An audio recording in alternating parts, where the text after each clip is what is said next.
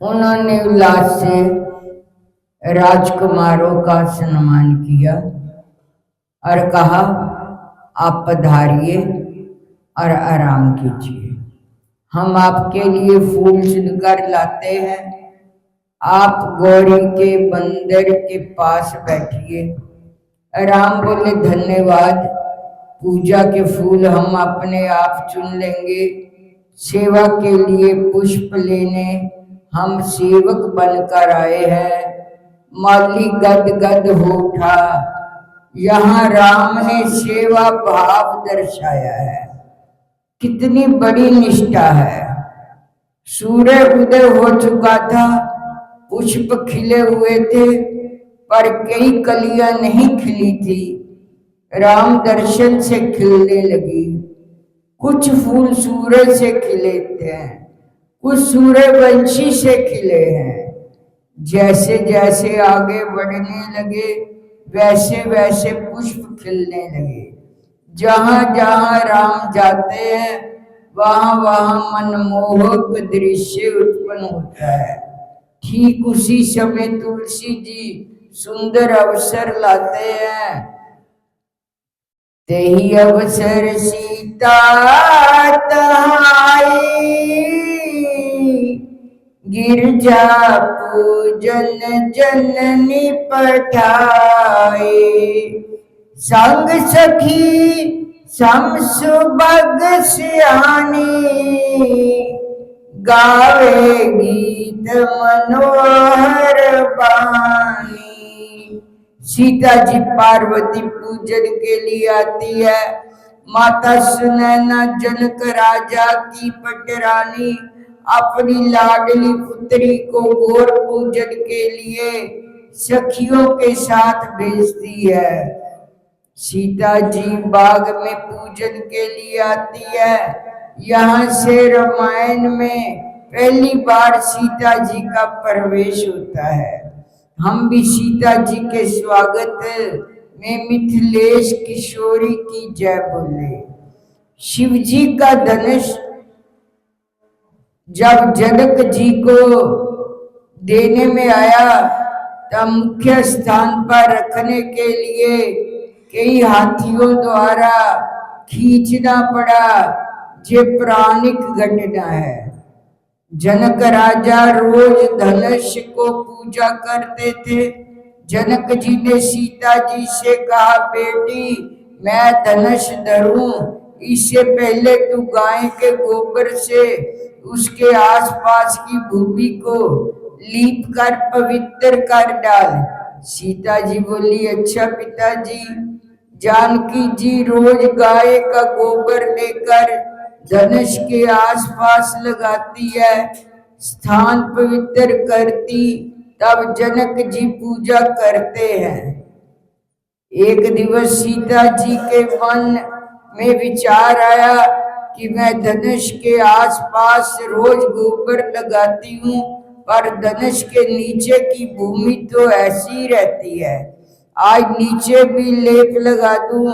इस तरह विचार करके बाएं हाथ से धनुष को ऊंचा किया और दाएं हाथ से गोबर नीचे लेप दिया।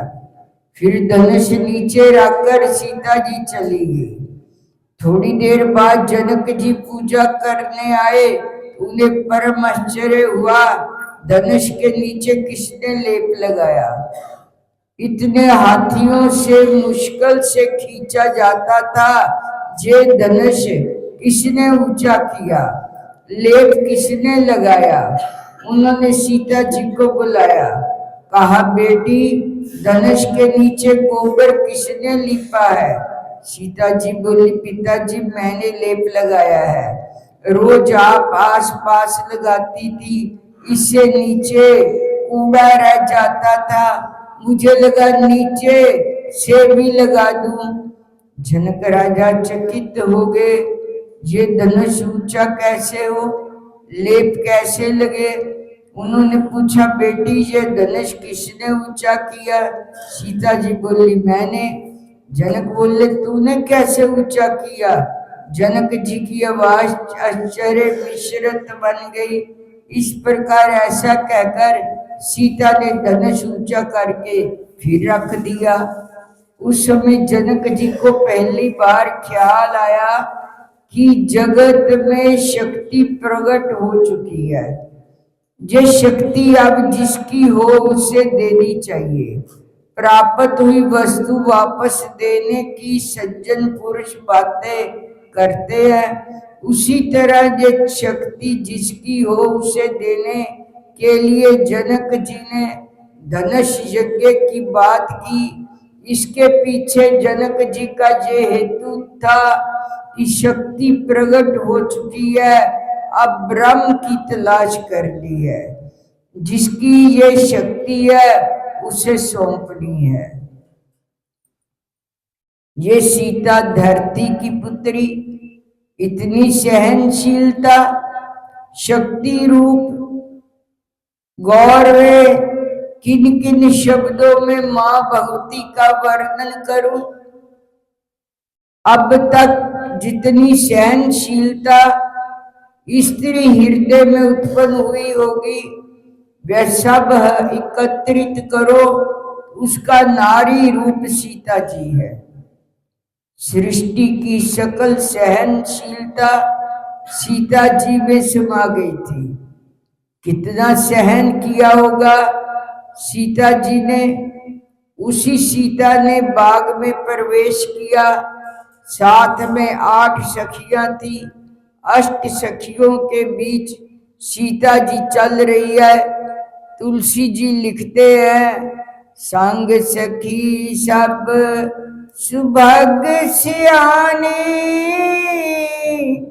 गावे गीत मनोहर बानी।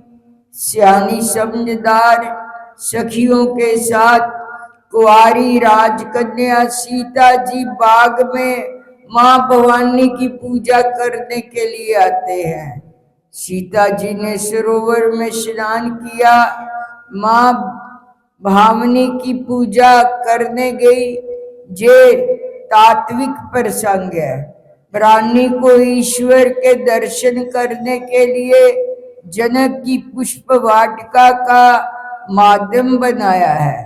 साधक ईश्वर तक किस प्रकार पहुंचे उसका एक जबरदस्त साधना का मार्ग बताया है। सीता जी को राम के दर्शन करने हैं। सीता जी ने बाग में प्रवेश किया। इसके लिए संत सभा चौदिशी अमर आई। जिस व्यक्ति को ईश्वर तक पहुंचना हो उसे सत्संग से शुरुआत करनी चाहिए। बोल साचे दरबार की जय। बोलो श्री स्वामी जी महाराज की जय।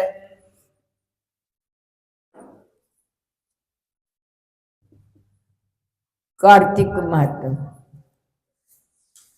देवगणों के ऐसे वचन सुनकर धर्मदत्त ने कहा, सब मनुष्यों भगवान विष्णु की प्रसन्नता के लिए विधिवत आराधना, यज्ञ, दान, व्रत, तीर्थ तथा तप आदि करते हैं, किंतु ऐसा कोई सरल उपाय बताओ जिसके करने से इन सब का फल प्राप्त हो।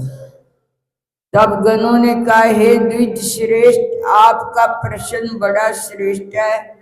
हम आपको भगवान विष्णु को शीघ्र प्रसन्न करने का उपाय बताते हैं। हम इतिहास सहित प्राचीन वृत्तांत सुनाते हैं, सावधानी से सुनो। प्राचीन काल में कांचीपुरी में चोल नामक चक्रवर्ती राजा राज्य करता था। उसी के नाम से उसके देश का नाम भी चोल देश ही प्रसिद्ध था। राजा चोल के राज्य में कोई भी प्राणी दरिद्र, दुखी, पापी व रोगी न था। ये सब राजा के यज्ञ करने का प्रभाव था। ताम्रपर्णी नदी के दोनों किनारों पर सोने के यज्ञ स्तंभ सुशोभित थे। हे द्विजवर, एक दिन वह राजा भगवान विष्णु के पास गया और भगवान उस समय शेषया पर जो क्रिया निंद्रा वश सो रहे थे। राजा ने उनके बनियों मोतियों और स्वर्ण के दिव्य फलों फूलों द्वारा पूजा की। वह साष्टांग प्रणाम करके भगवान के चरणों में पास बैठ गया। थोड़ी देर के बाद राजा ने अपनी नगरी कांचीपुर के ब्राह्मण विष्णुदत्त को वहां आते हुए देखा। विष्णुदास भगवान की पूजा के लिए तुलसी दल जल लिए था। विष्णुदास ने वहां आकर भगवान को विष्णु सूक्त मंत्रों द्वारा स्नान करवाकर मज्जरी तथा दलों से उनका विधि पूर्वक पूजन किया। विष्णुदास के चढ़ाए हुए दलों से राजा के चढ़ाए हुए मणि मोती व स्वर्ण के फूल ढक गए। राजा ये देखकर क्रोध से भरकर बोला, ढोंगी मूर्ख, तूने मेरी चढ़ाई हुई मणियों मोतियों व सोने के फूलों को तुलसी दल व अपने सारे फूलों से ढक दिया है। तू भला भक्ति करना क्या जाने, क्योंकि तूने मेरे किए विचित्र श्रृंगार को बिगाड़ दिया है। राजा की बात सुनकर विष्णुदास जी को भी क्रोध चढ़ आया। वह राजा के गौरव को तुच्छ समझकर कहने लगा, हे राजन, तुम भक्ति करना नहीं जानते, तुमको अपने धन का घमंड है। बताओ, राजा से पहले तुमने भगवान के कितने व्रत किए हैं? देवगण ने कहा।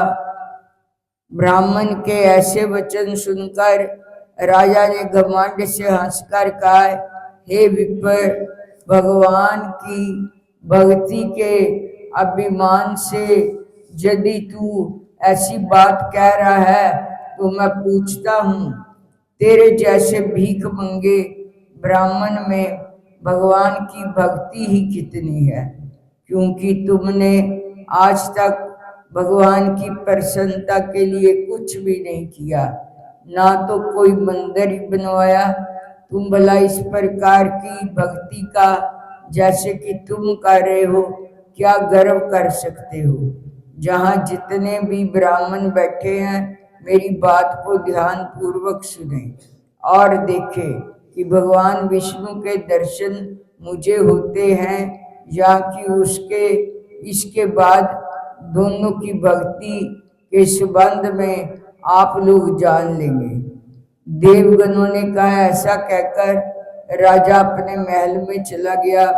वहां जाकर उसने अपने पुरोहित मुद्गल को आचार्य बनाकर विष्णु यज्ञ आरंभ किया। उसने उस यज्ञ में नेक ऋषि महर्षियों को बुलाया, उनको बहुत सा अनाज और नगदी आदि दक्षिणा दी। उधर विष्णुदास जी भी अपने मंदिर में ही रहकर भगवान की प्रसन्नता के लिए व्रत करने लगा। उसने माघ तथा कार्तिक मास के व्रत किए, तुलसी के वन का और एकादशी को भगवान विष्णु के 12 अक्षर मंत्र का जप किया। वह भगवान को प्रसन्न करने के लिए गीत गाता रहा और नृत्य करता रहा। नित्य प्रति व्रत करता था, भूमि पर सोता, हर समय भगवान को प्रसन्न करने के लिए माघ तथा कार्तिक के व्रत भी किए और उन व्रतों के नियमों का पालन भी किया और उद्यापन भी किया। इस प्रकार राजा चोल और विष्णुदास द्वारा आराधना करते हुए बहुत दिन बीत गए। बोल साचे दरबार की जय।